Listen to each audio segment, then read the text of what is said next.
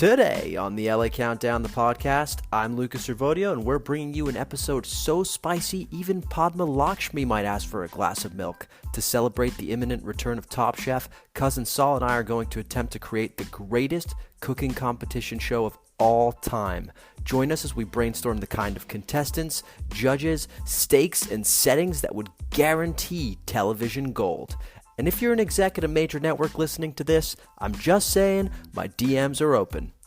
But first, we're joined by Christy Vega, president and owner of the legendary Casa Vega in Sherman Oaks, to talk about the new LA City proposal that threatens to do away with the LA Alfresco program.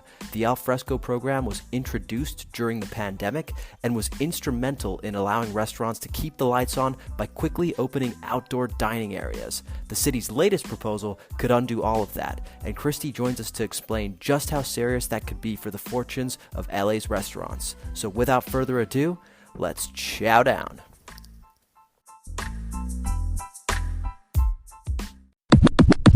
Okay, today we are joined, I'm very excited because we are joined by the powerhouse owner of the legendary Casa Vega in Sherman Oaks. It's Christy Vega. Christy, thanks for being on the podcast. How are you today? I'm good, thank you. Good. Well, let me begin with the question all of the listeners are wondering about. And what is it like to be an honorary Kardashian? Oh, if I could only be so lucky. Yeah. Yeah. For those of you who don't know, the Kardashian family just had their Christmas party at Casa Vega, and they've been there about a gazillion times. Is that count accurate? That is very accurate. It was actually Chris and Robert's first date location. No Kardashian way. is Casa Vegas. So they've been loyal clients for, 40 years now. And we've known the girls since they were little and in elementary school. And that's why the families are so close. And we love that they support small local businesses. You know, they're fancy. They could go to Nobu or any fancy place in LA, and they always support the local little guys. Yeah, I love that. And what I love most about that is, to your point, most celebs are spotted at the new hot spots, and Casa Vega is a hot spot, but it's not new. It's been around since 1956, right? Right. Yeah, it's definitely not new. So the fact that they support us and our workers means everything. Yeah, that's really cool. And so going back to 1956, which you weren't around then, obviously, but your dad was the legendary Ray Vega, and I was wondering if you have any anecdotes about those early days, because I can't imagine there were a ton of restaurants like Casa Vega in LA in 1956. Absolutely not. I mean, we were the first sit down Mexican restaurant on Ventura Boulevard. So that was huge and revolutionary. He opened it at the age of 22, about 2 years after his parents' place went under, that had been thriving on Olvera Street for 18 years. And then they moved it to Hollywood and Vine, thinking that since Olvera Street became a park, that they were going to outlaw liquor. And they were hit with racism. They did not want Latino restaurant owners or Latino business owners outside of downtown LA. So it did not go well. They thought it would be okay because of El Coyote went out. Yeah. They're all white owned. So it went under, and then he was working catering jobs and selling life insurance to support his parents, who were incredibly depressed. And he met someone who remembered the family from Olvera Street and was like, oh my God, the Vegas, you have to open. I have a property on Ventura Boulevard you can have for 3 months free. And it's just down the street from us now at Mary Ellen and Ventura. We moved to this location 2 years later after it became really busy. So it was one of those things where the family business kind of went up in flames, and my dad came back to help support his parents. And then karma came and we opened Casa Vega, and it's been a success ever since. That's crazy. So made me go to business school because he was horrified of the family losing the business. And it's something that's always been in our family that, businesses, they can come, but they can easily be lost too. So he made me make sure I knew how to read a financial statement and how important business was. Yeah, that's real. So were you always, was the plan always for you to take over, or did you always know that? Or was there a moment where, it really hit you, this is what I want to do?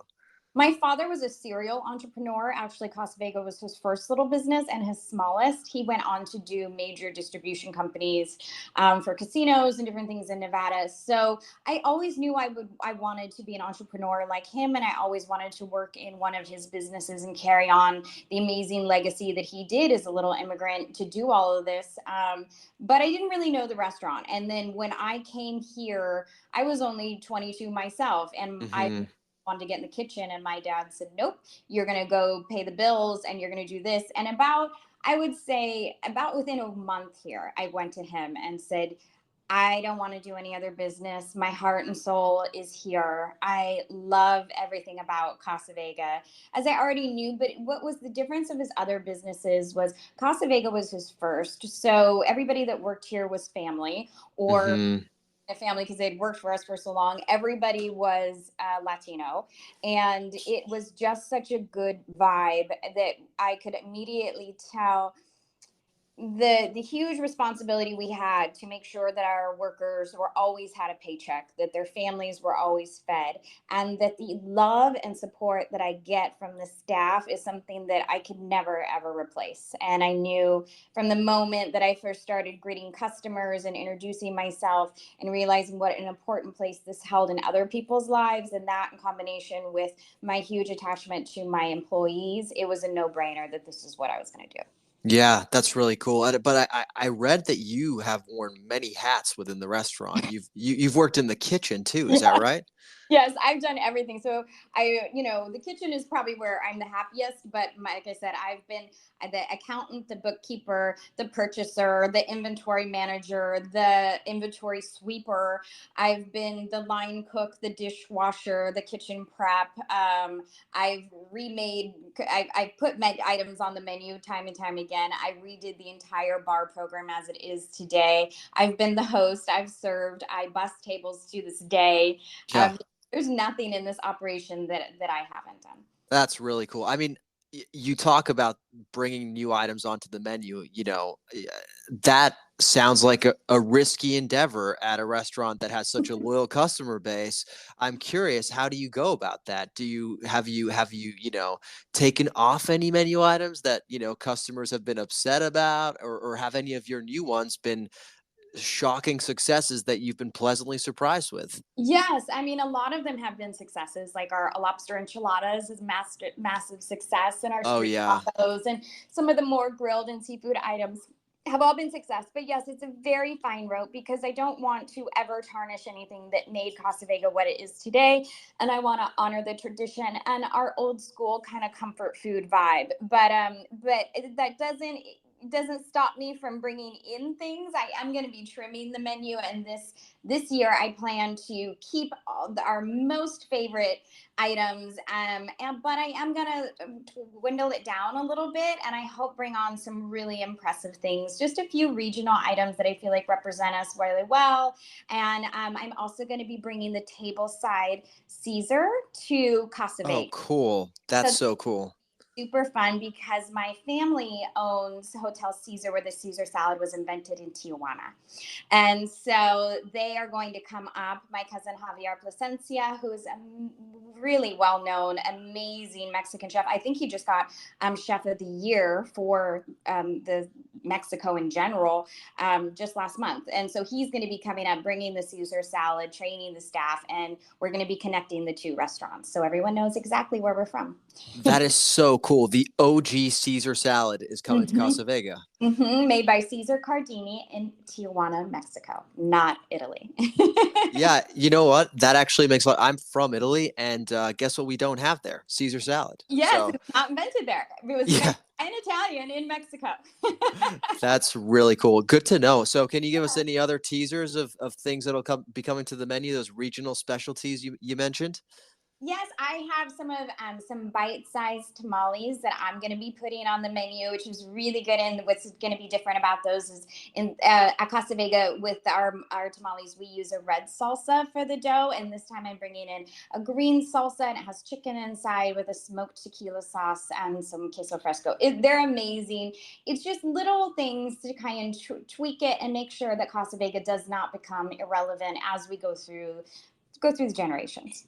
Yeah, no, I love that. I mean, the LA Times, I'm sure you saw, just did last year a long list on sort of the 38 classic Mexican restaurants in Los Angeles. I believe you all were on that, but I think, that's one thing that really makes Casa Vega stand out is the innovation you're constantly doing. You're constantly sort of thinking about new ways to make the food interesting, exciting. You just invited Adam Perry Lang, right, to do a barbecue pop up. Yeah, so that's been a lot of fun.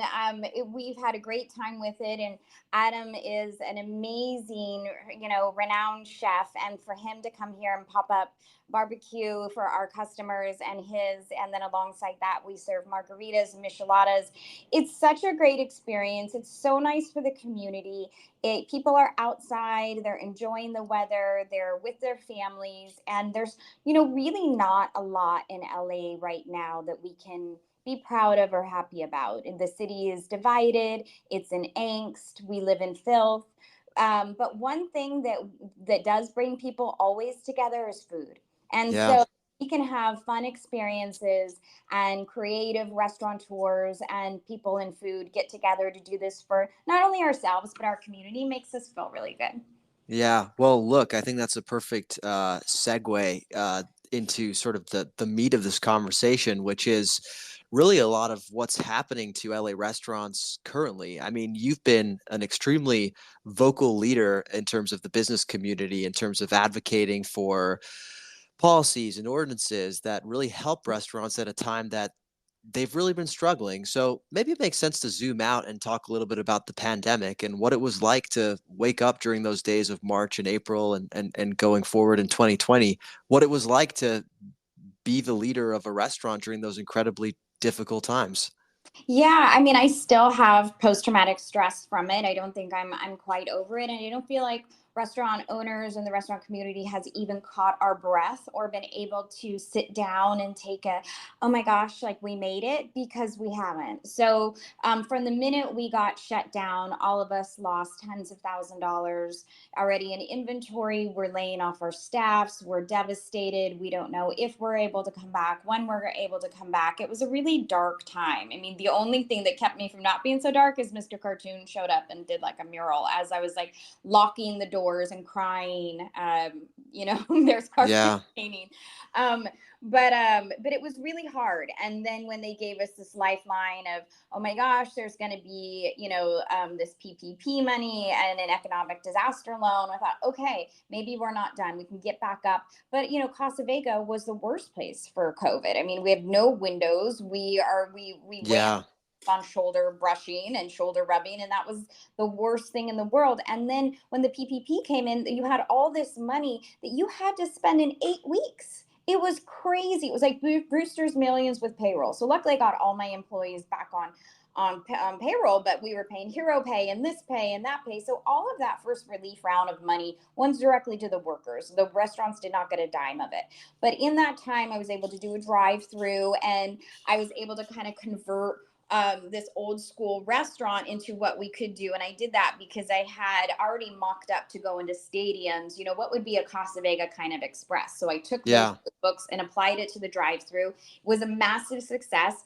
I thank this town so much. They were not going to let Casa Vega go away. We blocked traffic for miles on Cinco de Mayo. I Everybody bet. to support us, it felt so good. And so from that, I was able to make a little bit of money, which I immediately siphoned into a separate account because I knew outdoor dining was coming. I was watching what was happening in New York. I was watching what was happening all around the nation.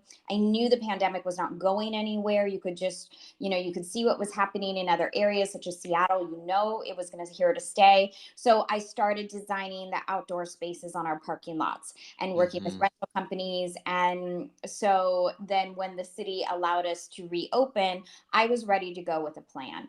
And we did it within, I think, 6 days. I got both tents up, and that was a massive expense because you have to pay for the rentals on those tents. I had to go buy all new furniture and chairs because Casa Vega is all booths. There was nothing to move outside. So I put Hmm. that money out there. And again, I didn't really have any money. I was kind of broke at this point, but with the little bit that I did have, I thought I want people in my community, even if I don't make anything, I want them to feel a little break. I want them to get out of their homes and have a margarita in a setting that doesn't so much look like a parking lot. So I put trees and plants and hug ferns and did everything I can, thinking that this is what we were supposed to do as a good community member. I did that. We were a massive success. The first day that we were able to open, we replicated sales. Wow. So that was a huge, and I was the first one to do it. I had other restaurant owners being like, what are you doing? You're investing too much money into this. And it was the exact right call, and the community supported us in full. I actually had buses of retirement home communities come, and that was the biggest compliment all day. Oh, wow. They would come because it was where they felt the safest, because our tables were 12 feet apart, and we took all these extreme measures to make sure everybody felt really safe. So I was so proud of what had happened. And then, as you know, that following Thanksgiving, they shut down outdoor dining again, the city. And this is when I started to get really vocal with the city, because at first I thought we were partners. Yeah. And wait, so real quick. So now we're talking about November 2020 they did this. Mm-hmm. And so this outdoor dining that you set up, was this all made possible by the original, what they called the al fresco ordinance? Yeah, so this was all made possible by the al fresco ordinance. The ordinance, the best thing LA City did was instate this and give us the opportunity to be able to serve outside. But I think it's getting somewhat confused in some of the media that I hear. They call it a lifeline. They call it they did this to restaurants to be nice to us. No, they forced us into outdoor dining, saying that was the only way we could operate. Got it. So, but not like that they gave us outdoor dining and let us seat people inside. They said, you're shut down inside. Got it. If you want to serve food, you must do it outside. Right. And the way that they quote unquote sweeten the deal is they cut some of the red tape that is usually there for serving outside. Is that right? Exactly. So it's almost, that's why there hasn't been any outdoor dining, and we are not the leaders of outdoor dining as we should be with this climate before this happened, because there's so much red tape and expense in the city of LA to get something through like this, and the politicians don't care to ever clean it up. That's why it doesn't exist. So with the al fresco, it was a push of a button. We were permitted. Done. A push of a button. We're permitted with the ABC for the liquor, and done. Easy. Yeah, because usually that's a process that takes months, costs tens of thousands of dollars, right? And not to mention the infrastructure that needs to be there in order to accommodate folks, including patios, roofs, whatever, right? Oh, it takes years. Oh, wow. CUP permit is an 18 to 24 month waiting period. The CUP cost of a conditional use permit is $37,000 to the city. There's an $8,000 city fee for expediting. In addition to that, to navigate the 2 years of bureaucracy, because CUPs are known as impossible to get. We've tried before. Casa Vega can get. Yeah. That they are impossible to get. That when you do, you have to hire a consultant of $2,000. And then you have to pay at least $8,000 to $10,000 in fees to have things drafted up that the building department will take. So for one business to do a CUP is somewhere between $50,000 and $60,000. What is proposed in this new ordinance is that you would have to have I would have to have 3 CUPs. Wow. So basically, let's go down the timeline. So the al fresco ordinance comes down during COVID. It cuts some of this red tape, which allows you to set up this outdoor dining. However, now the city is proposing something different. It's saying that it's going to revise the al fresco program, and it's now requiring a lot of permits to basically just allow you to keep doing what you've been doing this whole time. Is that right?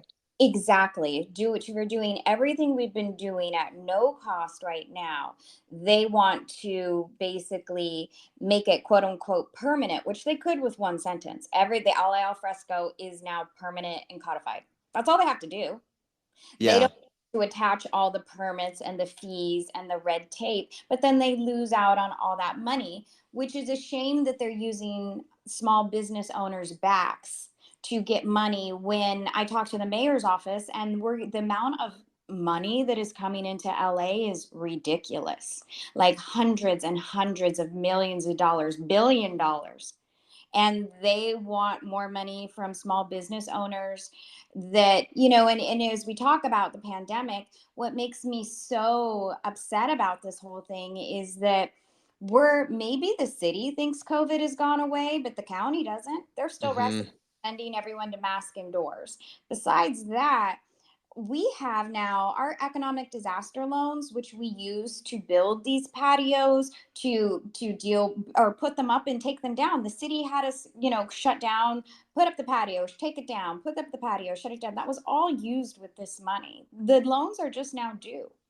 We Yeah. have huge debt. And in addition to that, worker stability. Our workers have been through so much. They have had no job security. They have been treated horribly by LA City.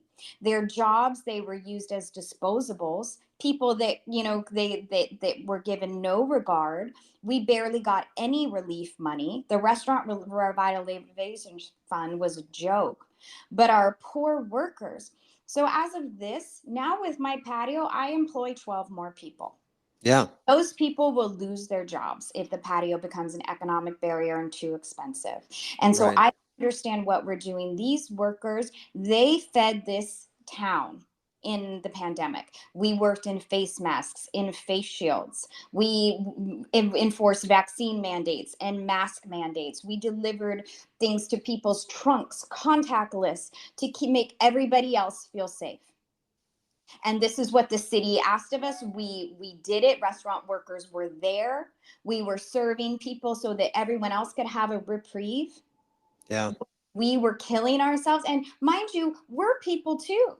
We had, like myself, we were dealing with our own COVID issues. We Yeah. were getting sick. Our family members were dying, just like everyone else. And we still came to work to feed the public. Yeah. I mean, and you're talking from the perspective of one restaurant where 12 people could lose their jobs. You multiply that across the entire landscape of restaurants that have been able to expand staffs because of the alfresco ordinance. We're looking at potentially massive unemployment there, right? Massive unemployment in a city that has a huge homeless crisis. Also, it would reduce the city's sales tax considerably. None of this makes any sense. It's not good for LA, as there's so much in this proposal besides the crazy permit fees that is a complete money grab on an abused industry already. Other things are you can't hold a private event, Yeah. which is crazy. So I can't have a baby shower on my patio. I can't have a birthday party or a celebrate. The Kardashians can't rent the patio. Why? Like, why would they strangle my business? And it's so hard because the city has also brainwashed us all. And by saying the last 3 years that only outdoor events are safe. Yeah. And so now it's not politically correct for my customers and a lot of like the big, the big corporations that do events here, they'll only do it outside because it's not worth the liability of them, or maybe they don't want to be disrespectful to the autoimmune community or a guest in their place. I don't understand what the city is doing. They also said we can only have 42-inch pony walls, which I think is so ridiculous. I just walled up our patio on 96-inch walls to keep out the homeless from coming on every single night and day and touching customers' foods and bothering people and attacking my staff. I had a busboy stabbed Oh, by a man. man at 10 a.m. coming off the bus to serve beans and rice. If it's not completely secured and locked up, we're not safe. Yeah. I mean, the city is arguing that they need to do something in order to codify the alfresco ordinance. I'm wondering, Modify it. what right. I'm wondering what is what should we be advocating here? That they basically codify the program, but just leave it as was. Demonstrate, hey, this worked. This helped businesses. We can keep it like this. Right. Let's just codify it. The question is, what's broken? What's not Yeah. working? Everything, nothing's broken. It's all working. Codify it. If you want to codify it, codify it. In the LA al fresco, there's already good neighbor policies that you can't have noise past a certain time, that your patio must close at a certain time, that the floors must be washed every night, that it must be kept clean. All of these things are good neighbor policies are already in. And if you wanted to take it above and beyond and, add some landscaping requirements, or like in my patio, I put a ton of foliage because that absorbs noise. There's ways Hmm. around, if proper lighting to deter crime. I'd make sure they're ADA regulations, that they're fire codes, that they're safe for the public. That no one is arguing.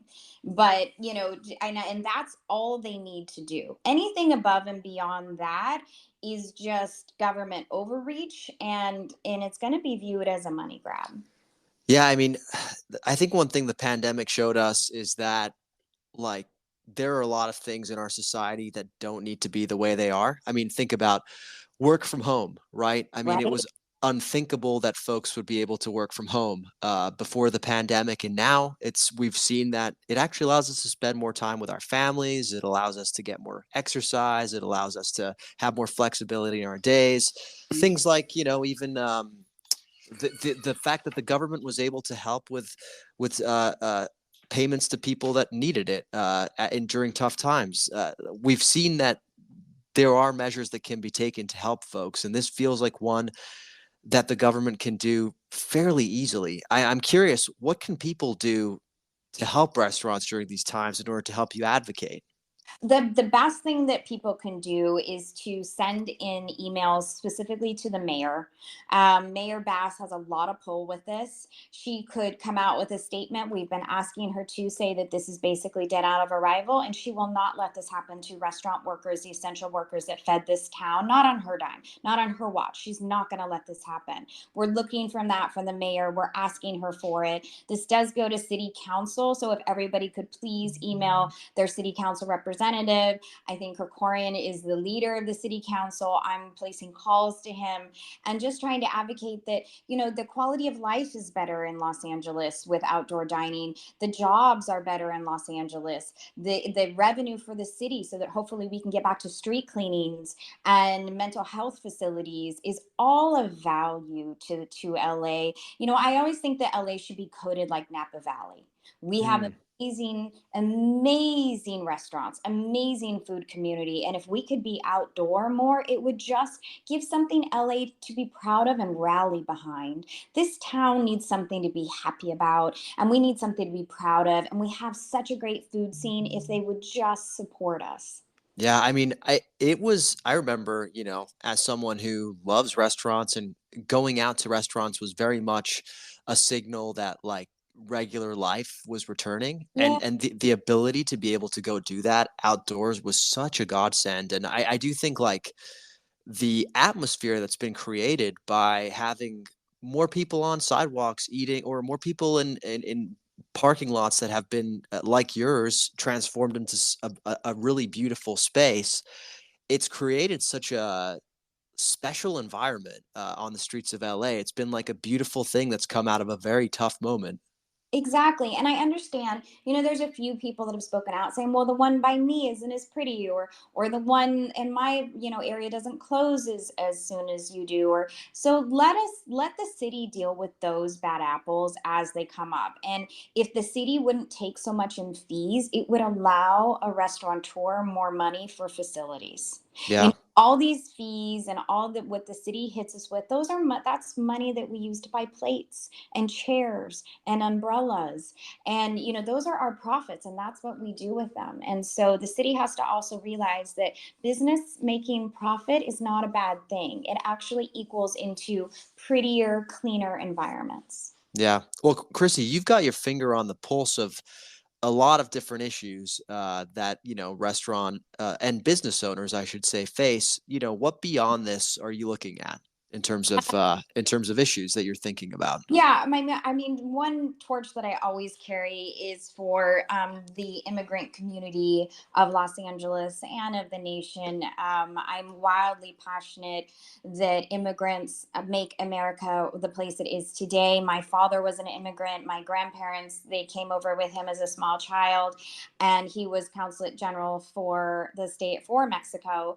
And he really ingrained in me that being the daughter of an immigrant, it is my duty to speak up for the people that have no voices, because they are the ones that pick our food, that clean our dishes, that clean our homes, that work the jobs that nobody else wants to do, and that they need to be just treated as human beings. And I think that that's why in the pandemic I connected with Know Us Without You, and I'm wildly involved with that charity, and I'm extremely passionate about it. And that's what I brought in these collabs, because I had no money to help with these immigrants, but what I did have was celebrity clients. So Mm-hmm. we did taco collabs with Fall Out Boy and the Foo Fighters and the Chainsmokers and Dakota Fanning. And it was all to raise awareness on the fact that the undocumented community are the ones that feed us Yeah. in every form. And they're human beings, and they got not 1 cent of relief or money or food from the government when they shut us all down. Yeah. I mean, talk about completely forgotten segment of the population by government during that time, right?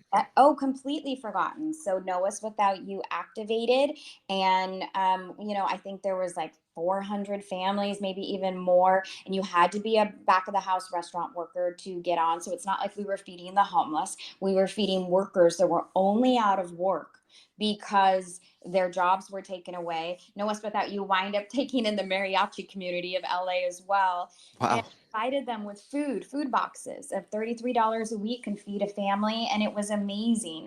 So what these guys have done, and it was founded by 2 young, passionate Latino restaurant workers that walked out of a restaurant and thought, "Oh my God, they were bartenders. What about the back of the house kitchen workers?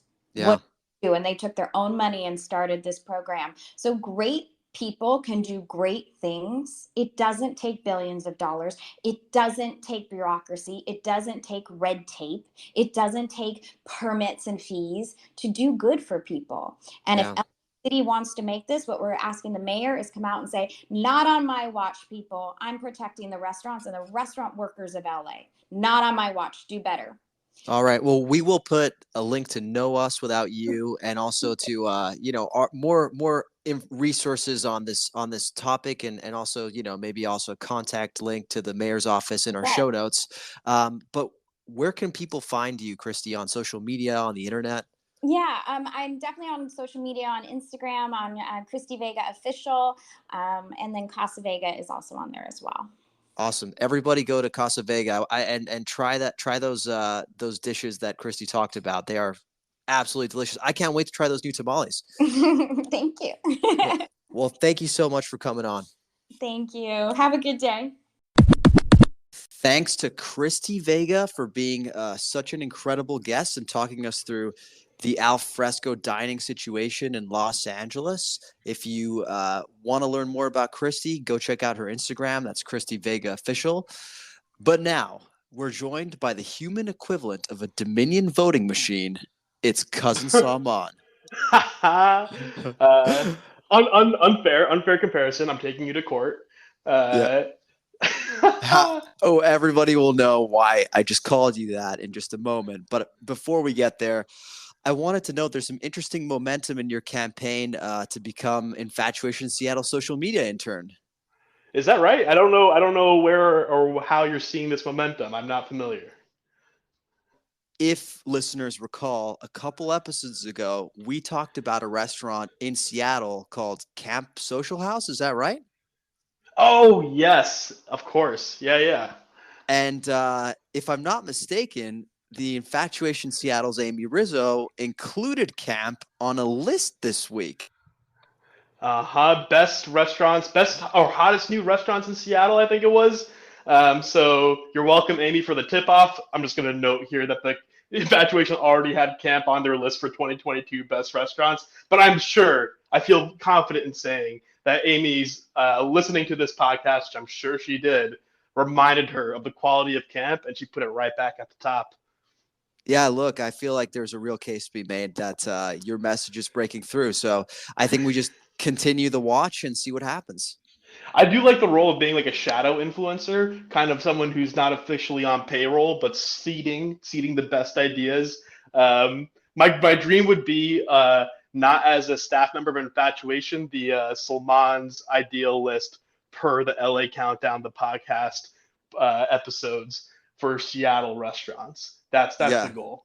I mean, you should probably dream bigger, but okay. Speaking of campaigns and Dominion voting machines, you might not know this, but the people voted on our recent competition of who could come out with the best birthday night outs in LA. Oh, did they? That's nice. They did. They voted. What did they say? Okay, well, here are the results. So basically what happened is Saul and I, in the last episode, did a draft of the best birthday night outs in Los Angeles. We each picked a restaurant and a bar. We went pick for pick. And we put it up for a vote basically this week on Instagram, my picks against his. And so in the head-to-head, here's how it went down. Saul's pick, Guisados and Little Joy, got 52% of the vote, and De La Nonna and the Let's Go got 48%. Mm-hmm. Bestia and Resident, which was Saul's pick, got 68% of the vote against Gelagetza and Brass Monkey, which got 32%. That was the heavyweight championship right there. Hold on rejoicing, because the listeners need to know what actually went on. Third pick, and this is truly a remarkable success story. Bar Amon, the Edison, got 45% of the vote. That was Cousin Saul's pick against Melody Wine Bar with my pick, which got 55% of the vote. Via's Tacos and Block Party, Saul's pick, got 61% against Carousel and Jumbo's Clown Room. My pick, 39% of the vote. And finally, Salazar and Zebulon, Saul's pick, got 59% of the vote against L'Antica Pizzeria de Michele and the Spare Room, 41%. That was my pick. So the final tally is 4 victories for Saul and 1 victory for me. That's right. Now, is there anything you want to say to defend yourself before I throw accusations of vote tampering?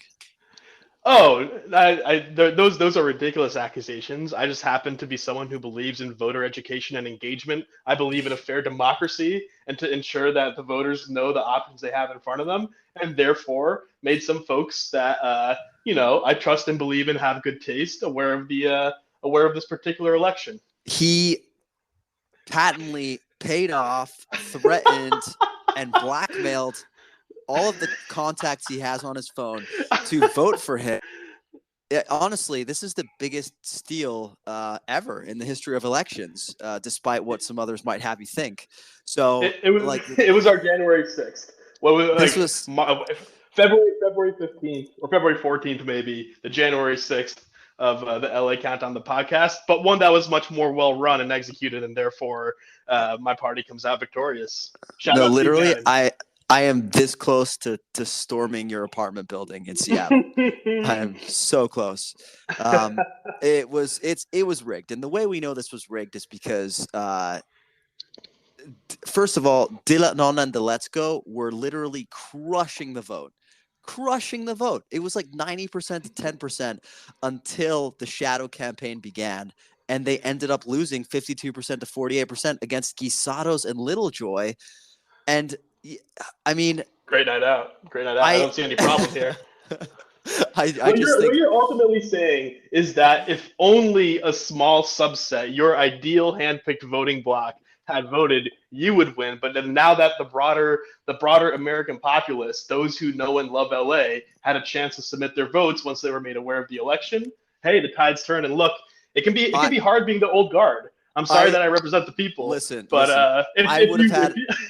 I would have had no problem if you went out to people and said, hey guys, there's this awesome vote happening. It's a super cool like idea that me and Luca had.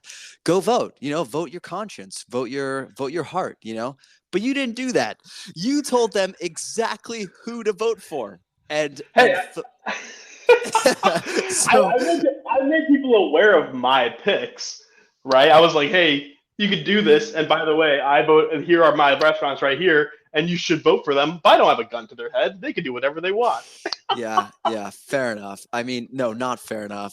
This is definitely stop the steal, stop it right now. And Here's the key piece of evidence that I have, and it's only one voter that I'm aware of, actually went against my specific recommendation and voted for Jumbo's Clown Room because they were a fan of the place. I think that's a perfect illustration of how important a healthy, vibrant democracy is, and why you can't just no, let the self-selected audience of Lucas Servodio have their say. We gotta have the people involved at a more broad level. This is like when Putin lets his opponent get like 4 votes, just to like be like, yeah, there was an election. Of course. I like that comp. Yeah, I'll take Putin. All right, look, we're gonna say that the results of the vote were inconclusive, so we're gonna need to redo that at some point. But in more important news, did you know that we're about 3 weeks away from the return of Top Chef? So I actually didn't until you put that on my radar. I obviously knew Top Chef was coming back soon, but I didn't know exactly when. 3 weeks is exciting. It's really exciting. I mean, we've obviously just had one of the most exciting sporting events happen, aka the Super Bowl. But I would argue Top Chef is bigger than the Super Bowl. Oh yeah, no, the numbers don't say it, but our hearts say it. Our hearts say it's bigger. Yeah. I mean, I can only say this: Tom Colicchio is only involved in one. And that's what matters. So this is a special season that's coming up. They're doing something really special because it's season 20. It's World All-Stars, which means that finalists and runners-up from Top Chef competitions all over the world are going to be competing. So you have like people from Top Chef Mexico, Top Chef editions in Europe and whatnot, going up against some of the Top Chef contestants that we know and love from our Top Chef US of A. Yeah, that is exciting. I think you might be about to ask me my thoughts on this season, and I'm happy to share them. But I think the fact that they did an international All Stars kind of dynamic for this one is huge. Yeah, I mean, let us know your thoughts. Don't wait for me to ask. Literally, when I first heard that the city's going to be London, I don't know if we said that right. They're going to be based in London for this one, and I was immediately like, "Fuck that!" Top Chef America is a show that takes us all over the country, helps us get to know cities like Portland, DC, whatever, much better. Miami, obviously bigger cities and bigger places, which are a hub for the competition. But then they like go out into like rural areas, into neighborhoods you don't see, and you get to know America a bit better. And I was like, I don't give a shit about London. Why are you doing this in London? That's like restaurants that we're not going to easily go to, cities that a city that it's like quite expensive to head to and explore and like follow the path of the competition. But they saved it. They saved it by making it an all-star season, having Dom Burrell, runner-up for Portland, and Buddha, winner for Houston, come through and compete is something I'm personally excited for. Amar, who was a judge contestant on a couple seasons, coming back. Can't wait to see him. And I think having those kinds of contestants in London, still not ideal that London is the choice, but I think it's going to be a much more compelling show. I mean, look, I never really got your antipathy towards London as a city for Top Chef. I think it's a perfect Top Chef city. And look, they've done 19 seasons of this show. They've been all across this fair land. They've been to Kentucky. They've been, they've even done Top Chef flyover country, for crying out loud. So I feel like, it's time to hit the reset button. And they're hitting the reset button, going to London, and then they'll come back and revisit some locations, go to some new places. I'm all for it. I think it's going to be a great season. I still, this is fundamentally rooted in xenophobia, I suppose. This is we could have gone back to New York City. Places have transformed over time, like from the early 20-year seasons, or I think are more compelling food cities than London out there, man. I was in London in 2019 actually. And was, I understand it's like a great city, and I didn't hit every like beautiful restaurant in London there is to hit, but just didn't grab me in the same way. If we had gone to Mexico City or I don't know, Lisbon, someplace cool and like interesting and vibrant, London to me is like a staid New York City knockoff. And yeah, that's shots fired. Wow. So well, that's London. I'm still disappointed. I'm still disappointed a little bit, but I'm much more compelled given the design of the season and the contestants involved. London as a New York City knockoff is a hot take on a geopolitical level Is that I it? don't know. Is it? I don't know this podcast was ready for, but yeah. Okay. So we've talked a little about the contestants who are going to be on this season. You mentioned familiar faces, Don Burrell, Amar Santana, and of course, the man who almost destroyed your relationship, Buddha Lowe. Yeah, and I should also say, even despite the way it went last year, and despite the location in London, I am very excited for a top fantasy Top Chef round two, which is definitely happening. And it's even more perfect that Buddha is in it, so I can yet again take him above Emily and put my relationship on the rocks once again. Yeah, Very much looking forward to that. for a little bit of context, we did a Top Chef fantasy for the first time last year, and Saul pretty much tricked his significant other into No, not picking Buddha, and he's no, picked Buddha no, for himself, and ultimately won no. the competition because of it. So This is ridiculous, borderline libel. This is not how it went down. yeah, look, and all is fair in love and Top Chef is what I always say. Uh, I think we should definitely do a crossover episode with those guys, the Pack Your Knives. So I'm Oh throwing it yeah. out there. If they want to take us up on it, that's cool. But we're in high demand, so get on us quick. Look, speaking of competition food shows, there are so many out there these days. It honestly feels like there are more competition shows than other types of food shows, like the days of the no reservations and the even the ugly deliciouses of the world. They're kind of dwindling, and we're just Mhm. seeing more and more food competition shows. I'm curious, do you have a contender for GOAT food show? I mean, GOAT food show, I think, does have to be Top Chef at the end of the day. I don't think it always held that mantle, though. I think really in the last decade or so, as like the past winners really established themselves as like really great restaurateurs in the field, and the consistency, increasingly high consistency of the contestants on Top Chef. But if you go back to like early seasons, they had like line cooks in there, and like even there was like almost like borderline home cooks Yeah, like involved, private and chefs then type. Yeah. exactly. And they still do have private chefs, but usually they have like a deeper background of like coming from a strong restaurant history. So like I think today and historically it can be considered the goat food competition show. However, I think like Iron Chef definitely held the mantle for a bit. Yeah. Master Chef probably held the mantle for a second there. But I think that Top Chef, on the strength largely, I think, of Padma and Tom and like the producers of the show, has like really grasped the mantle of the best all time. I think there's a new contender out there. Ooh. Oh, I know I what you're gonna say. Yeah. I truly love the show Tournament of Champions on Food Hmm. Network. Yeah. So this is a Guy Fieri masterstroke, which most of the things he does are, but it's the reason I like it is because it's like a bracket style competition where Hmm. basically chefs go head to head against each other, and I like it because all of the competitions are so standardized. There's like the same setting each time, the same constraints. Yes, they get slightly different briefs in terms of what they should be cooking, but it's a really great way to show two chefs going head to head. And in order to win this competition, a chef needs to like go through every single round and win each round. Hmm. Like there's no opportunity to actually mess up. You have to win every single battle. And I think that creates for really high stakes because it's literally one and done. You could be gone. And B, it also makes the win feel that much better and more impressive because you've literally just taken out like four incredible chefs on your way to Hmm. the championship. Yeah, it's an interesting shout. There are some components that I think make a great competition show that we will walk through in detail in a second. But I think that like it's missing a core one, which is because it's single elimination. and because of the way it's structured as a whole, where chefs go one-on-one and don't necessarily compete against the entire field, they just compete against the person in front of them.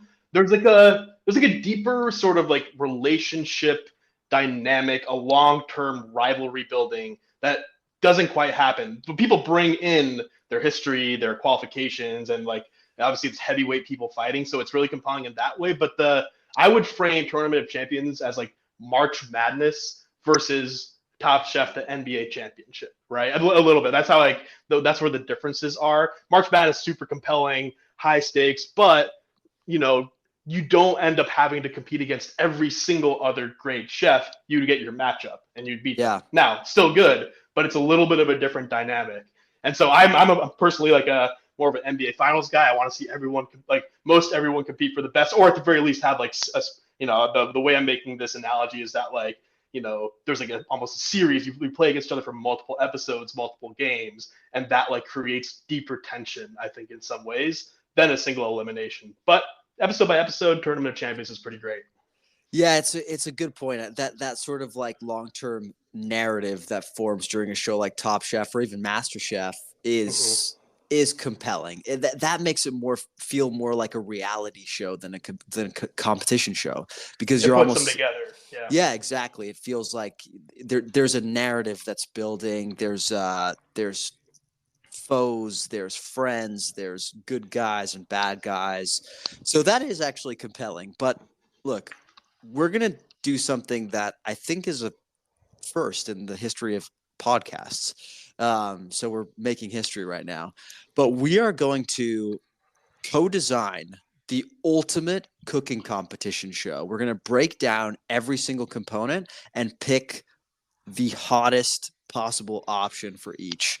And for listeners at home, we have not practiced. We have not had any conversations.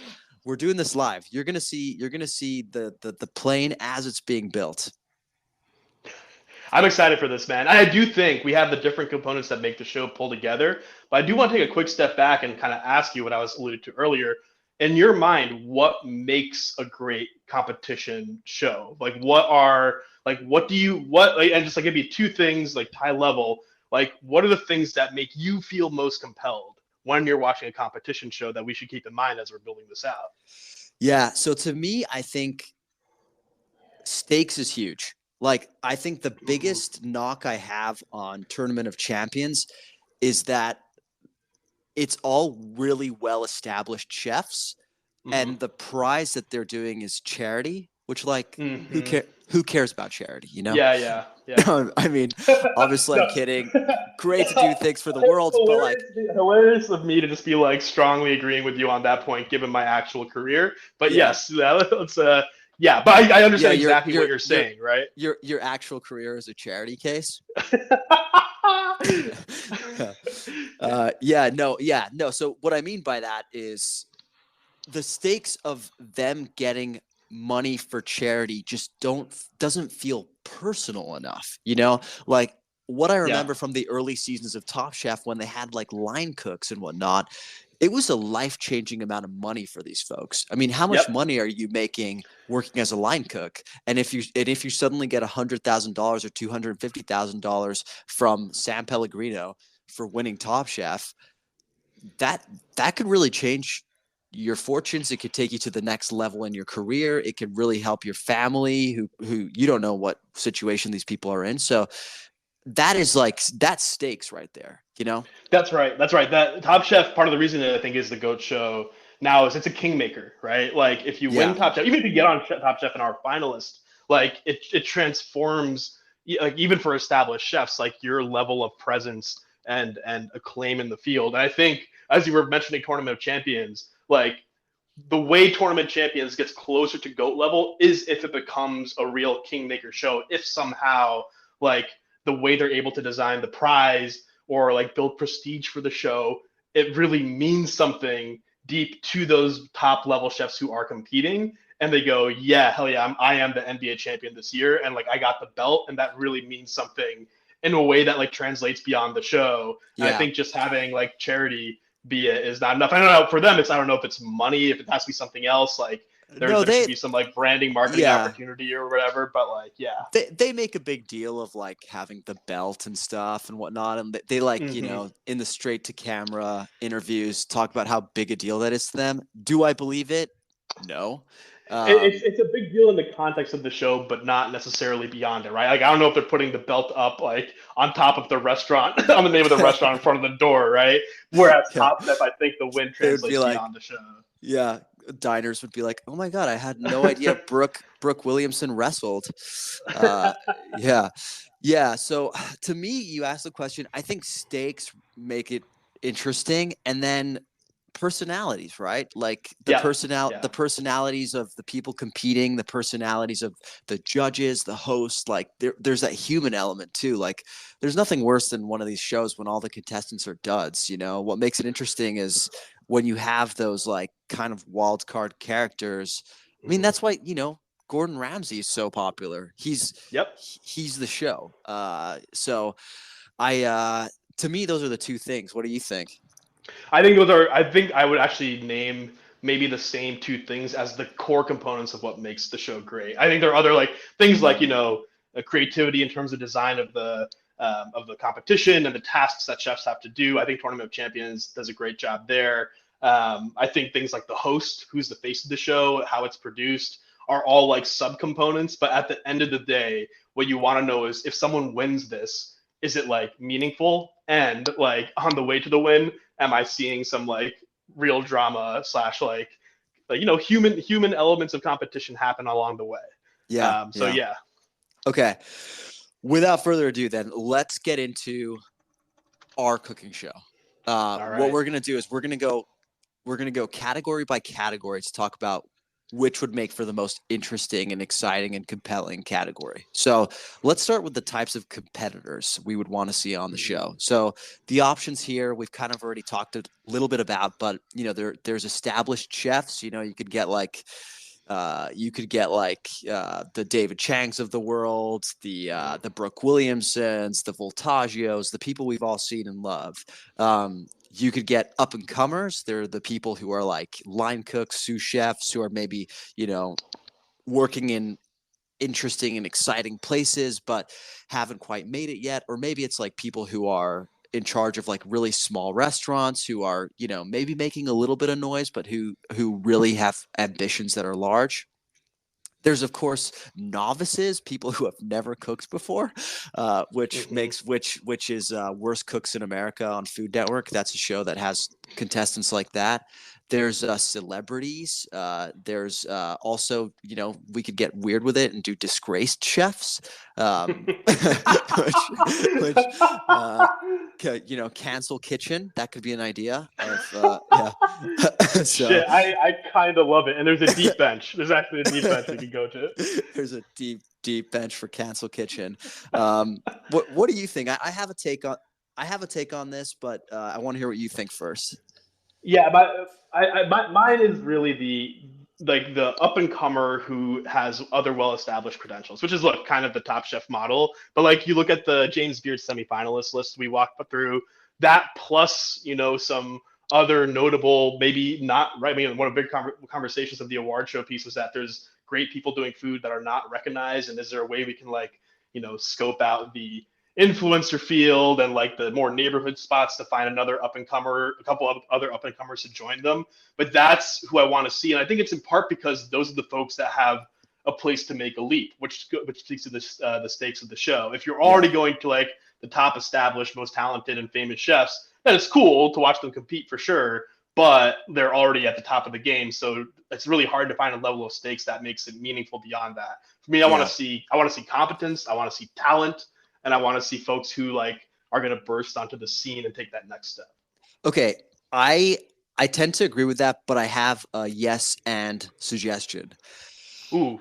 I feel like it could be really interesting to do a mix of both up and comers that have those credentials and really established chefs, including in some cases their bosses, like the owners of the restaurants that they're working at. So you can kind of have these narratives within the arc of the show of like teacher and student, the student becoming the teacher.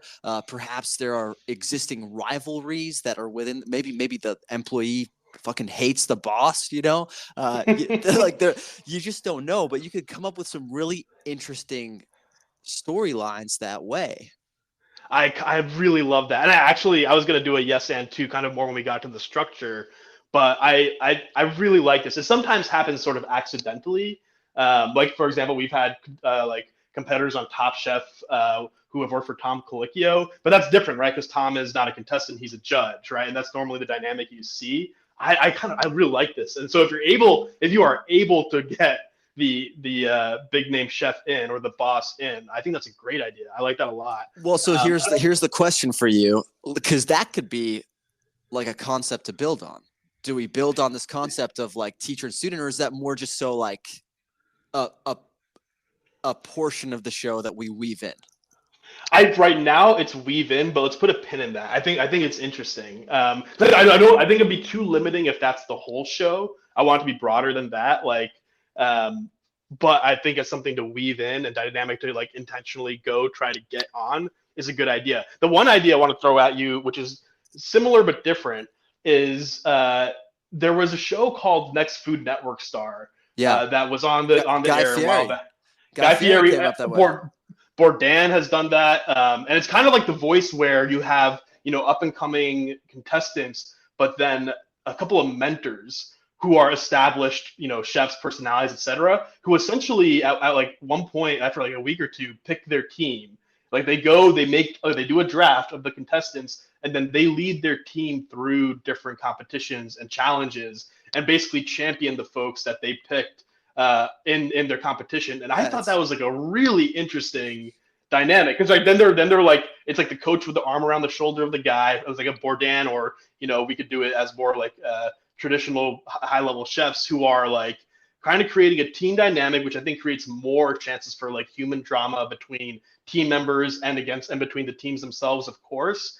And has like it was a nice touch to have like a personality that everyone was familiar with, and seeing the kind of advice that your Bourdains and others would give to up and coming chefs or give in the competition. And I think that would be like super compelling. If you had like a Voltaggio and like Melissa, maybe even like 3 former finalists, right? You get Shota, Dawn, and I mean, Gabe is probably not coming back to Top Chef, but like, but you get like 3 former finalists like that, and they get to like pick their teams for the next season and guide them through. And like, they're kind of like competing themselves, the mentors are, but like there's something like I wanted to throw that out there. So it was a dynamic I thought really worked. So that what you're basically describing is The Voice, but for cooking. Yeah. But it has existed on cooking shows before. But yes, now The Voice is the main group that does that. Right. That's like the most like mainstream show now that does that. I kind of think that I like the idea of teams. I kind of think like having the one celebrity chef or like the one more well-established chef as like the coach is potentially limiting, in that I kind of like the democratization of everybody on the same level, and sort of like, because I think what I'd love to see is like, I'd love to see like the young, hungry chef that lives inside of Wolfgang Puck come out, in potentially some like really ugly ways by putting them into competition, right? So what if we did teams, like a team situation, but where we mixed everybody together? So you could easily see some like young, hungry line cooks jostling with the well-established chefs for like leadership in this new setting.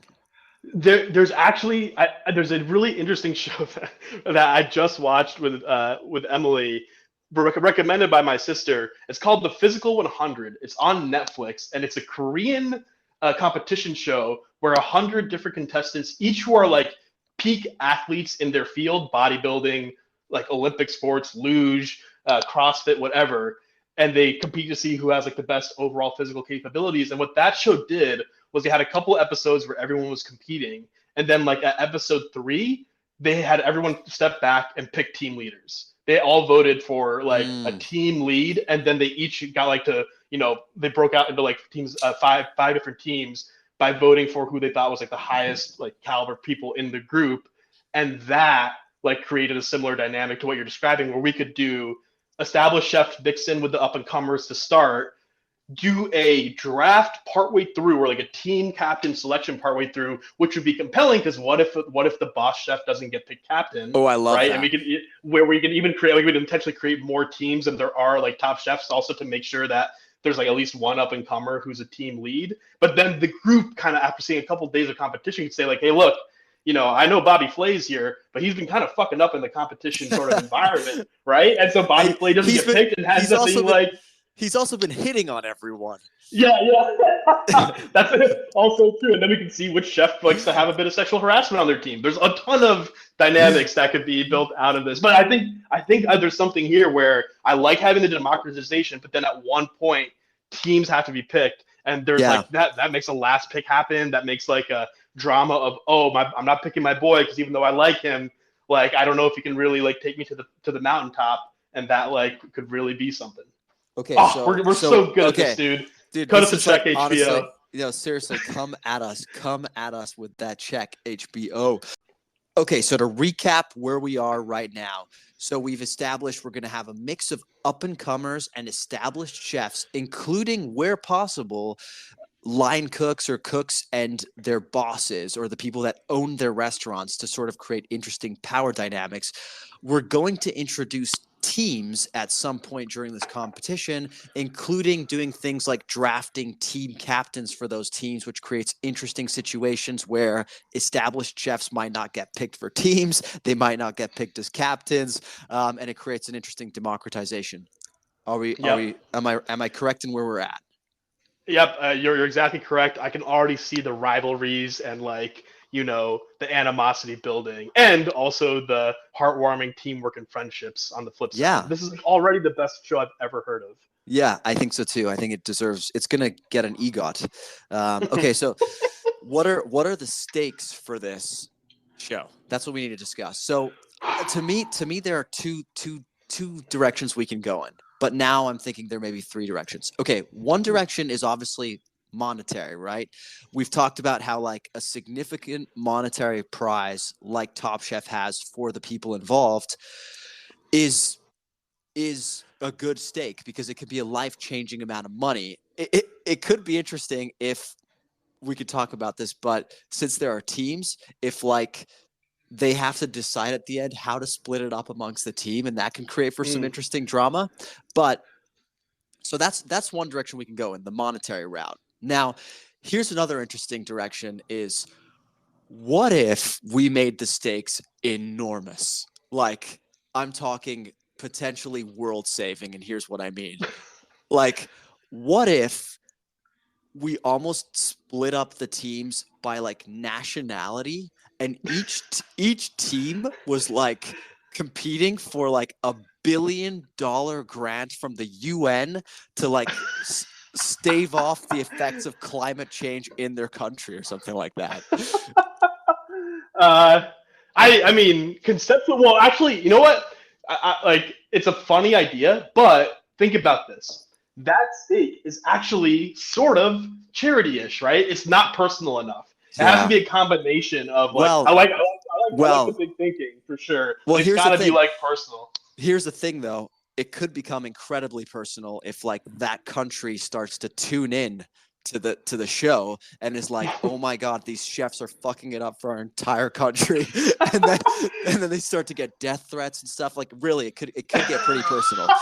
This is basically like, this is now becoming a World Cup. Okay, by the way, something I think we need to do is like, I mean, I like have a bunch of other concepts that we're not going down the line of. We should put bookmarks in, because I think this idea and the stakes of the idea is a bookmark. It's like once every 4 years, there's a competition show that comes together for $1 billion for a country, and everyone in the world tunes in to see how their cuisine stacks up and like gets the money. It's like the Hunger Games, but literally like the food games, you know. Should we include physical violence in our show? I think at some point, yeah. I mean, we haven't discussed how captains get. We haven't discussed how captains get selected. Oh, by the way, also before we go on, so what I will say is my preference for stakes right now for our show would be the personal monetary slash like branding increase prize. I think that's like the most effective way of doing it. But something you said made me think. You were like, oh, do we split up the monetary prize among the winning team? But the question is, does a team win, or does a team like go through the middle 10 episodes of the show, and it's whether it's like last team standing and like the last 5 have to compete against each other, or like, you know, at some point does the team break up and we get into individual competition again at the very end? Okay. So that there's a single guy on top of the mountain. Here's how I think we do this.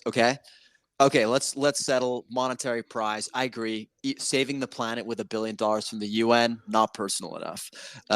So we're gonna go with the monetary prize, and I think the winning team should get the prize. But then after that prize has been quote unquote awarded, there's an F-Boy Island style twist where basically they say, there's one more competition left, and it's the team has to compete against itself. And there's only one person left at the end of the mountain, and it's on them to decide, do they keep it all or do they split it amongst the team? I love where this is going.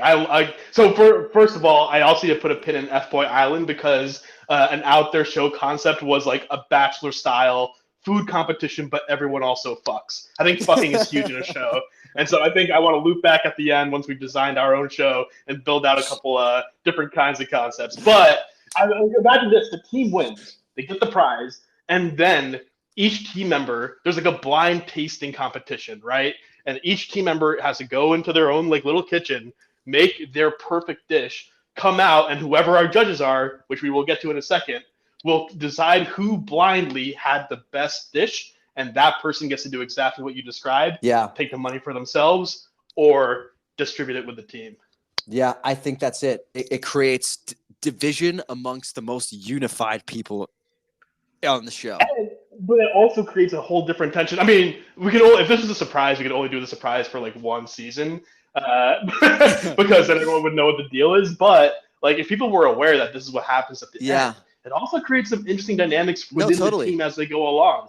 That's why I think we get the best of both worlds. I think we keep it as a surprise for the first season, and then the next season, everybody knows it's coming, but it'll create fun dynamics. Yes. Yeah. All right. Well, I love this. I love this so much. We just spoiled the first season for all of the listeners, but that's okay.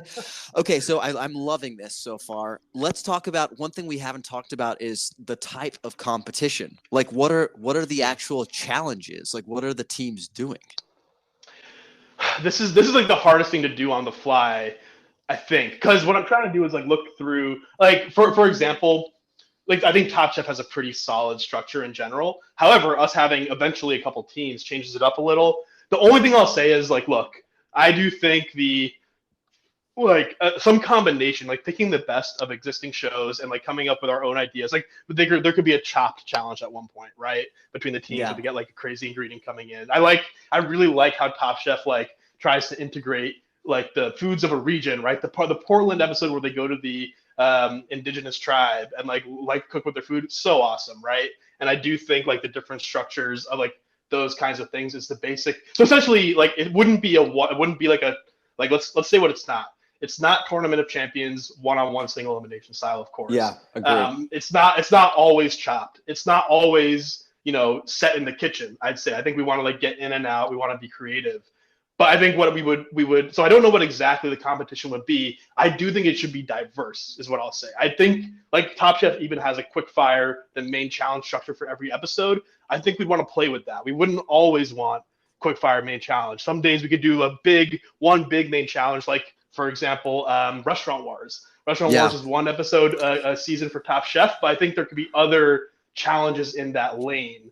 Yeah, that's like mix it up more often. That's as far as I've gotten. Yeah. Bro, I think we want every episode to feel like Restaurant Wars. Yes. Like Restaurant Wars is the most exciting episode of Top Chef where they're basically getting in teams and operating and starting their own restaurant in one episode. I'm not saying we do an actual Restaurant Wars every episode. Right. I'm just saying like every episode should feel like today's the day. We've got an exciting new challenge that is going to scare you absolutely shitless, and you've really got to come together as a team to do this.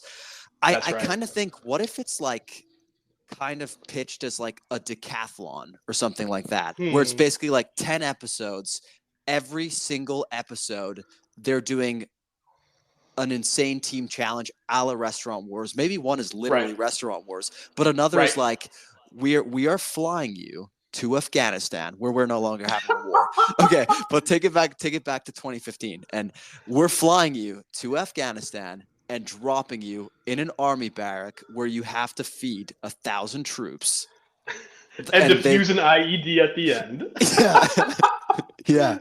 Yeah. So something like that. Yeah. Just Gordon Ramsay diffusing an IED. Come on. That's great television. That's great TV. One way or the other. Yeah. I do like the idea of like having it, like the decathlon structure, I think is a great idea. But also, of course, in a way where you don't know, I think like having a theme for each episode, like Restaurant Wars has a theme, and it's like, it's obviously, it's Restaurant Wars, but a big part of it is that you have to think beyond the food itself. You have to think about structure, roles, how you do service, all those things. I do think there should be like maybe 3 of the 10 should be really purely, maybe even 4, right? Because it's a food competition. Should be purely food-based challenges in some way, whether it's using crazy ingredients, whether it's doing something like, you're serving a community that you are completely new to the cuisine, blah, blah, blah. Like, whatever, your equipment limitations, all that stuff. But then like a good chunk of them are, just like you're saying, those like totally out there, different kinds of dynamics, and in a way where like folks can't like anticipate and build a strategy for the competition. So Buddha, for example, I heard him talk on the Pack Your Knives podcast, had done so much studying on Top Chef that he was able to like actually prepare in a lot of interesting ways, like how he was going to approach the competition, including for Restaurant Wars. I feel like we don't want that to be a possibility. No, I want this to be a show where like they're woken up at night a lot, and like, and just like you see like Wolfgang Puck in his underwear being like, I don't want to go, I'm sleeping, like that kind of thing. And then he's like made to go ice fishing or something, and like, so basically I think that, okay, to recap, I think we're at sort of like decathlon, meaning like 10 challenges across an episode, across a season. I agree with you. Some should be just like purely food, but I do think there should be an element of like danger almost to them. Yeah. First of all, I need to say that we need so much more accent work from you on this podcast. That was excellent. And yeah, I think we're landing in the right place. I would love to. I mean, I kind of want to make this show, man. I want to like think about what these 10 competitions would be, or 10 challenges would be, and also we have to think about, right? If we do the first 3 weeks as like say single challenges, as we were describing, right, where everyone is like the whole group is competing against each other, blah blah. And episode 4 is when people pick teams. What does it mean to have team dynamic competitions versus individuals, and how can we split that up? I think there's a lot of interesting ways to cut it, and some episodes have a quick fire or like a stereo elimination, and some episodes just don't. Right, you go deep, and so and I do think and I do think it's important to balance the reality aspect with it. Like, you got to get into the dynamics at the house. You got to get into the dynamics. The dynamics during travel, the teams, right? The strategy sessions. So I feel like this is shaping up to be pretty interesting. I do think the last thing I'm going to say on this, there should be some competitions that also, like, as we're designing them, really like instigate the rivalries and the friend and fro dynamics, right? Like, I don't know what the perfect things would be, but dude, like a game theory challenge. Well, we have game theory a little bit at the end as well, but maybe like a thing where people have to do betrayals. Essentially, you can like betray. Like, there's a decision that needs to be made that could create like real animosity or real bonds between contestants. And like, yeah. Okay. Well, I do inflicting psychological damage onto contestants, so we'll keep that in there. I think the next category I had here is setting, but I don't think we really need that because we've kind of established like the setting is like all kinds of interesting and frankly dangerous locations. Yep. Well, So, but are we going to do a home base? So we so are we going to do like a geographic home base? Again, we are biting a lot from Top Chef. There's a reason it's the GOAT show. But like, would we do, here's your home base, and then you go to different places from home base sometimes? Or is it like you're in a house, you don't even know where. Contestants get kidnapped from their homes. That's how the show starts. And then they just take you places from that like safe house point.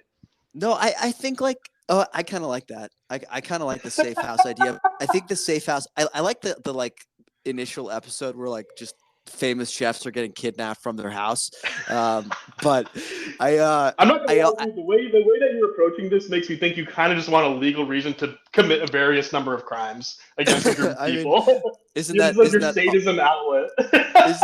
Isn't that producers? It's the best ones. Yeah. I'm thinking we do the safe house thing, but it's like a house that like nobody knows the location of it or whatever, but it becomes famous over the course of the like seasons, almost like Xavier's house for gifted children, but like Xavier's house for like gifted chefs, you know? So like, we always go back to the same house. Yeah, but the chefs just don't know. They obviously nobody knows where it is. Their families don't know where it is. Nobody knows where it is. Yeah, I like that. And that's home base, right? And it's like an amazing place too, right? Amazing place where we can have competitions there, and it has everything you need. But you can also drug our contestants and fly them to Warzone, as you said. Oh, dude, there should absolutely be an episode where they have to do everything high on shrooms. Yes, I love that. I don't know how well like a very introspective psychoactive drugs trans television, but we'll find a way. We'll find a way. We'll find a way. We'll add some special effects. Okay, I'm liking this. Okay, judging. First of all, let's talk about who the judges should be and how they should be judged. I mean, one thing I definitely think works really well from Tournament of Champions that Top Chef does not have is blind taste testing. Mm-hmm. Yeah. I think blind you got to remove all bias. Yep. I like that. A lot. I also so a question for you to start. Obviously, in Top Chef, you have Tom and Padma and Gail as core consistent judges, and then one guest judge coming in. Do we want to have the same judges every season? And if so, how do we want to have? And if how many guest judges coming on? And I have a specific take on this as well. I was thinking it makes sense to have a cast of judges that the audience can expect to know. So, at least 3 or 4 that are always there. But I'm definitely open to the really out of the box guest judge. Yeah, and I am too, but I think what's critical agree. So I think there should be 2 to 3 consistent, always there every season chefs that we build relationships with. But then 1 to 2, I think it should be 2 rotating guest judges who come in each season, but they stay for the season. And the reason why I say that is one of my frustrations with Top Chef is that a guest judge who's been there for 1 week gets to have and look, it might not be the worst idea for a couple of reasons, but they parachute in, they don't know full context, they see something, and then don't know the contestants well, and they hop out. I think having they did in the Portland COVID season of Top Chef, some at least a half season or part season consistency is really, really interesting, because I think it's good for the chefs to know the contestants a little bit. Maybe there's one. Maybe we do our 2 main chefs who are judges who are there every season, 1 season-long guest judge who's an interesting personality, and 1 weekly guest judge who hops in and out, because of course the benefit of having the guest judge hop in is that they don't have previous bias, right? But I think some level of previous bias isn't the worst thing in the world. Yeah, no, I like that. So, do you have any recommendations for who you'd like to see as the mainstay judges? Shoot, I mean, I really want to think about that. I mean, Tom and Padma just loom so large in the mind that's hard to step away. But let me think about that. What I will say real quick is the weekly guest judge should be a celebrity. I think that's fun. Yeah. I think it's fun when it's some pop culture, not necessarily foodie guy. I kind of hate when it's some restaurateur who thinks they're so big for their britches now that they're on Top Chef. I think it should be a chef, a celebrity, celebrity that has some interest in the food or the competition or whatever, comes in for that 1 week, and that's a fun dynamic. I think the season-long guest judge should be a maybe actually I feel like they should be a past winner ideally or past contestant. I think that's an Yes, interesting I think dynamic. that's great. That's great. Yeah. Past contestant, past winner, past runner-up, who could Yeah. almost speak to them on the level of, I know exactly Yeah. what you've been through. When Yeah, I was in exactly. when I was in Nam, this is how I got through it.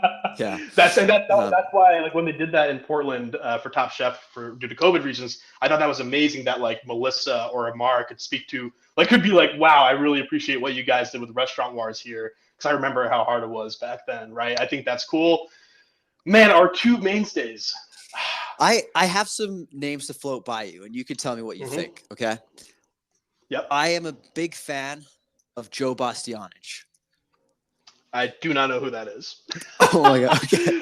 He is the. Hold on. Let me do some quick research here. He's the bald guy from MasterChef, and he brings such a drama to the way he judges food that I feel would be pretty apropos for this show. You can never tell if he's going to like something or not. He would be perfect as like the emperor at a Roman gladiator contest who has to give the thumbs up or the thumbs down. And I think he would be a great fit for this. I am not terribly mad at this. I think he needs if he's going to be our first choice, our second choice person has to have have like the personality component to them because he's like like you said, deadpan, straight eye. You don't know what he's thinking, and like has that. Tom Colicchio kind of has it too, but he's even more personable now over time. But like he brings that like cold, stone-like demeanor. I watched one season of MasterChef Kids. I'll say real quick, which has your friend Joe plus Gordon Ramsay on, and I watched the whole season through, and I didn't like Joe's choices as we went along. I think Joe was at the very end. There was a cute little girl who did versus a prodigious young like French trained like 8-year-old boy, and the girl definitely won. The girl definitely won the final episode. Gordon recognized it. Gordon was like, she cooked a better meal. But Joe and the other dude who seemed to just be like beta to Joe and just like would do everything Joe said because Joe has such a strong personality, voted for the dude just because they I think like had the bias towards like his like whatever. He's a little dude chef. We like to see that vibe. And they didn't judge the food and they judged the guy instead. And I didn't like that, is all I'll say. But for now, given our lack of options off the top of my head, Joe is okay by me. Think of the drama that kind of thing could create, though. It's like when a referee makes a bad decision, and like the crowd goes wild. Like, I kind of like that he doesn't make flawless decisions, So, anyways, I think the more important thing is who's going to be the person next to Joe who provides the fire to his ice. So yeah, and do we need like Guy Fieri or do we need someone like with a bit more gravitas, but that has some big personality? Yeah, I think, man, like, look, the Padma Lakshmi is such a 101, I think. Like, she like has it all in terms of like seriousness and esteem in the field, but also like, friendly vibes. I'm struggling. I mean, if Bourdain was still with us, RIP, he would be someone who I would take over Joe. He'd be the ideal, I think, kind of person for this. I'm trying to think back to like, there's like there's like the Richard Blazes of the world out there who kind of have some like kind of perkiness to them. There are trying to go through folks I've seen on other shows. I don't know if there's. I mean, look, maybe we just poach Padma, man. Maybe we just poach her. Let's poach Padma for now. Honestly. Let's poach Padma for now. Let's do Padma and Joe Bastianich for now. And in terms of host, that's a really interesting question because I like this for Padma because she's obviously become a host and a judge on Top Chef, but I like that she just gets to be a judge now. Who we bring on as a host? I almost feel like we need a war correspondent. Are we bringing on Anderson Cooper? Ryan Seacrest has, I think, recently left the Kelly and Ripa show. Kelly and Ryan show in the morning. He's looking for work. Could be a good option. No, not really. I don't want Ryan Seacrest hosting my show. Man, I do actually. You know what? You might have been being facetious. I like the idea of a non-food person kind of coming in, like a different kind of journalist or something. Yeah. No, an idea I had was he might be like Stanley Tucci. Could be cool. Ooh. He's like I feel like he could have a lot of compassion, empathy for people, which could be really important in this kind of a scenario. Yeah. So, But he also has a gravitas that makes you feel how important something is. I think he can bring like no, this is serious. Like this is what we're doing here is real and it's hard, and like be aware of that. Yeah. yeah. So that's We're a little one food of heavy, I should also say. a no. little We have food heavy on Padma. the show. Oh yeah, that's right. We poached her. That's right. That's right. Yeah. I like Yeah. Stanley as a host. I like that. That's one option. That's one option. So right now we've got Stanley Tucci as our host. We've got Joe and Padma as our judges. And the last thing we need before we decide who to pitch it to is a name for the show. This makes you. Let's see how quick you can think. I like just because of the way we framed it. There's like so many like battle royale / like death match names, but I think that's too hyperbolic. Yeah. Oh man. Also, just had a funny thought. Hillary Clinton isn't doing anything. What if we just had Hillary Clinton hanging out and just like being there, being in the court? She has no power, no judging power, but she's also there just to chime in with her takes on food. I don't know why that thought like crossed my mind. But I thought it was a funny image. I like the idea of whoever she votes for doesn't win, like just by default. Like if she votes for someone, we gotta cut this part of the show, dude. Nope, leave it in. Leave it in. All right, I think we can, for now, maybe we should just tentatively call it the decathlon. I kind of like. I don't hate that, right? Or like, there's like maybe an Olympic, like a thing that gets a suit from the Olympics. There's like that's like kind of the level, like like Olympic decathlon, like. Yeah. I don't know. I feel like they're too corny. Top Chef is so perfect, man. Damn. Yeah. Well, I mean, we could literally call it something like the Hunger Games. That's actually not bad, man. Yeah. It's something like that. The Hunger Games, the decathlon, something like that, which really, conveys the gravitas of it. I will stick with. I like Hunger Games, man. Hunger Games. Okay. And finally. Also, yeah, keep going. No, never mind. Keep going. Okay. I was going to say, what network are we pitching it to? Look, HBO, man. I might be like biased, but HBO, because it like has quality standards next to it. It has a huge budget. You can do like things you're not allowed to do on cable TV on it, right? Yeah. Which might be useful for our Warzone pieces. Cursing would be crucial to this. Yeah, exactly. Yeah. Now, I know like Vice is about to run out of money. I believe they're like going out of business. But the other flip would be like Vice, which is like invested heavily in food content, would also not be a bad home. I think. Yeah. I feel like Vice would be okay, but I feel like HBO is the level that professional lives. Yeah. So I would go HBO or. Even a Showtime. Like let's get Showtime into the food game. I just want this to be like cinematic. I want it to be acclaimed. I want it to be like, I want this to have like some weight behind it. So HBO, Showtime, come at us. Premium cable is where we're aiming. Yeah, we're exclusive. Premium cable. Yeah, we're exclusive. Yeah. All right. So just to recap real quick before we close. The show is called something like the Decathlon or the Hunger Games. It is essentially a show where it's up novices, line cooks with expert chefs. We put them on. Edit. No novices. Fuck novices. No novices. No novices. No. I meant like line cooks, up and comers. Mm-hmm. Yeah. Sure. Yeah, that's what I meant. We put them on teams with team captains where they have to do things like draft their own teams, draft their own captains, and we'll create drama. It's going to be basically like 10 episodes of completely unique challenges, including things like getting flown to war zones to cook for soldiers, going ice fishing and having to like I feel cook like we need to expand from the war zone piece. There's too much war zone in this podcast. But you said it. We're going. You know what I mean. Just like doing really, really kind of extreme, intense, difficult things as teams and as individuals. The type of thing where they get woken up in the middle of the night to go places on planes. We want drama. We're also, in terms of stakes, it's going to be a very large monetary prize that at the end of the show can either be kept by an entire team or can be divided amongst them, or can only go to the grand winner who wins the final competition. It's going to be on HBO or Showtime. And it's going to be judged by Joe Bastianich and Padma Lakshmi, and it's going to be hosted by Stanley Tucci.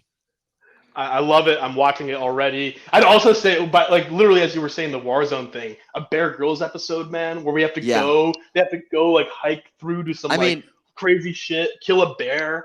Yeah, I mean, a great guest judge too. Oh, exactly. Yeah, perfect for the week. Yeah. Really quick before we jump, I want to know first of all if you had any other concepts percolating around that we didn't touch on. And the only reason I'm asking you is because I want to share mine. I think I got some great ones in the back pocket that are semi-formed. No, honestly, I was just gonna rip Tournament of Champions, but I'm so glad we didn't because this is so much better. This is so much better. I think there is room for a Bachelor / F-Boy Island reality show that integrates food in some way in the competition, and the people fuck, man. Fucking is huge in TV. We gotta have it. We're on HBO already. Yeah. It's like, imagine F-Boy Island, but the three ladies don't get to see the boys. They only get to taste the food, and they pick their boys tasting the food. And you got to go through. You go on dates or whatever, and then like there's a ton of ways to make this entirely inappropriate and like super fucked up. But that's huge for TV. That's one. No, that's kind of the joke agree. one. No, sex sells, and I don't think that should be a joke. In fact, if we Yeah, I was going to say, if we can infuse an element of that into our current show, I'm here for it. Yeah, I think we could. I think there's a way to do that. And also, my final thought, which is more serious, I think would be interesting, was like you bring together a bunch of restaurateurs, like business side of food, and chefs, and it essentially turns into like a season of Shark Tank. That's more like a Restaurant Wars every week, but not to the full extent. I want to see chefs and restaurateurs work together to pull together like interesting restaurant concepts, and there could be a different category or style of restaurant each week. And you got Mark Cuban, he's got to be there, and like a couple other judges, chefs, restaurateurs, business people who essentially vie for like do bidding on it the way they would bid. Now, again, this is a semi-baked concept. There's a lot of stuff that have to be figured out and how it works. But I think that'd be really interesting. It's kind of like what you and your fiance like to do with me every so often when you pitch restaurants and ideas and menus. Yeah. And like there's some kind of like selection process at the very end. The winning restaurant gets funded, right? No, I love or the that. winning duo. I think there's a show kind of like that exists in the UK called something like $1 Million Restaurant or something like that. But interesting. I think Shark Tank for restaurants is a great idea. And it gave me an idea for one final concept, which is, what if you had a show where like the line cook goes against the owner, and if the line cook wins, they now own the restaurant. Oh, dude, I was actually gonna say, when we were doing steaks for hours, given we have both owners and line cooks or sous chefs or whatever, that though if a line cook beats their owner, they get the restaurant. Yeah, I think that's hilarious. It's like Beat Bobby Flay, but with real steaks. It's called Keys to the Kingdom, and it's like, and we fucking go one-on-one for all steaks. Now we have to figure out why any boss would ever do this, but I love the idea. It's just to feel something, you know. That's right. I feel like we have a whole list of shows here we could do. So I think Countdown Media is off to a bright start. It really is. Looking forward to our meeting with Showtime and HBO probably next month. And becoming a millionaire, man. This is like we'll be kingmakers in the entertainment industry. You will be destined to be. You will be a charity case no longer. Thanks for joining us, Cousin Saul. This was enlightening. This is a good time. I want to keep this conversation going in the future. When we get to Top Chefs season 20, we'll certainly talk about it, and let's keep building on some great food show ideas.